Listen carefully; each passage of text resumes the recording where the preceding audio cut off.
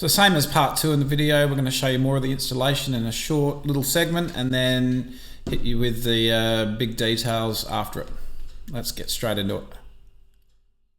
So going off our design, we've dug our trenches and installed our sprinklers and poly pipe front and back. Okay, so think of your irrigation system as an electrical circuit. If there's a break in the circuit, it won't work. So you need to get the water to your sprinklers, right? Well, there's a process involved and you need to know about that. The plumber will have to install the water to your valves, connect your sprinklers to the valves and the valves to the water, connect your controller to the valves, press the button and go. After you've flushed your system with your flush caps, replace them with the sprinkler heads and adjust. Okay. So one of the really important things to keep in mind when you're working underground is that there are already things underground at your house. There's going to be mains water, stormwater, sewer, electrical work. Electrical is going to be the real big one, and usually when you're doing this kind of work, electrical is 600 down, so you shouldn't have to worry, but they do recommend dial before you dig. Obviously at this level we haven't, because we're just doing 200mm trenches in the backyard, but we have hit stormwater here.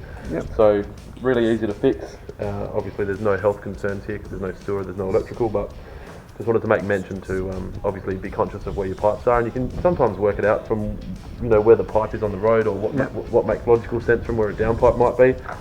This one here, we went from the plan, and the plan had it somewhere else, so it had it wider. So unfortunately, sometimes in the interest of moving forward, if you've paid to hire a machine, you just power through it and you have to fix what you've hit. But we're on the home stretch now. We're just going to put this line of sprinklers down the side, and then our plumber should have finished putting in the non-return valve and the ball valve, and then I can do the rest from there. Yep, awesome. So we've had the plumber in. He's installed, what's this he's installed again? We got him to put this riser in, which is the main pressure rated riser. It's just much neater than using blue line. Yep. And then there's blue line obviously in the ground. If you head over here, we've got the solenoid valves in the dirt. We've got a few rocks underneath there which are designed to keep it clean. Once we finish, that'll get neatened up. I'm just connecting the solenoid valve to the front yard, which I've just got to send some 19mm back up this trench. Yep. And the backyard's got its inch poly heading out there, so that's all done. Yep. Then we can start testing. So because we're running the back lawn from the front, we are going to run inch pipe from the front down to this point and then drop down to 3/4 inch pipe. Because we're running something like 18 sprinklers in the backyard here, but we've got 60 litres a minute at the front, we're going to run inch poly down the side here, which should be ready in the next 15 minutes at the pace he's running. He's belting through that. So we're going to run some inch poly from the front yard, and we'll drop down to 19 when we get into the back, just to keep the flow up from the front. So that's something to take into account when you're designing your irrigation systems if you're not using waterproof. Not long now. Not long. Welcome to All Up, get your lawn on.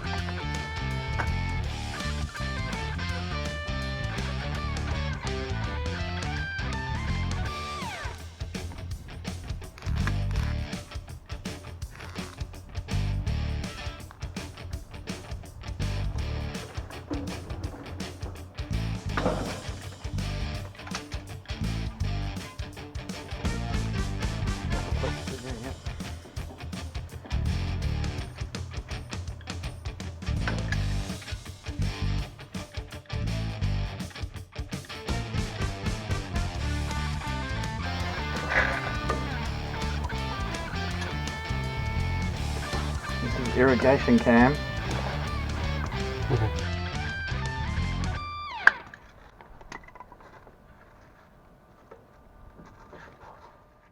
My body was not built for this. But look, for me, it's a great thing to get back out and do some installs. You spend a lot of time working in store, and you can kind of lose touch with the problems that people encounter on site. Wacky day. It gives you a bit of appreciation for what's going on out in the real world. So the red wire is coming from your controller box and connecting up to your valves, and then you put your valve box over it, so we'll show you that a bit closer. Okay, so here's the Rainbird controller box, and that red wire goes down the conduit, down there, and under the ground to my valve box. Now inside there you put in a couple of batteries. That keeps your clock going when you're not on power. Basically all I had to do is install the C, which is ground, 1 and 2, because I've got 2 valves for front and back.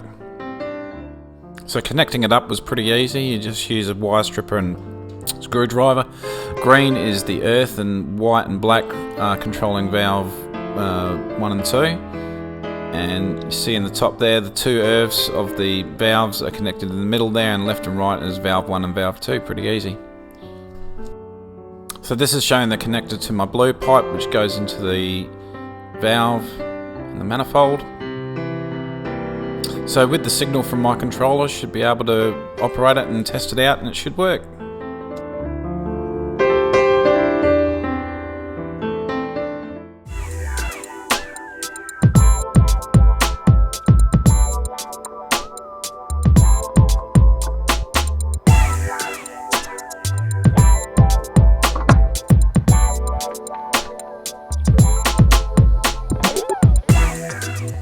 The great thing about Rainbird sprinklers is all the adjustments can be done by hand. You don't need any tools, so you can organise your patterns and your angles to get yourself good coverage. Well, I've got to say I'm really happy with the result. Thanks to Rainbird and thanks to WaterPro. Get your lawn on. So in the next video I'll show you the finer details, putting the valve box over and making that all neat, neatening up all the mess that I made with the trenches, and fine-tuning the sprinkler heads, which is done by hand. It's a piece of cake. So that'll be in the next video. So there's a lot to this irrigation, so as a part 4, sorry guys. But at least we got it operating and working, and yeah, it's fantastic. So see you in the next video.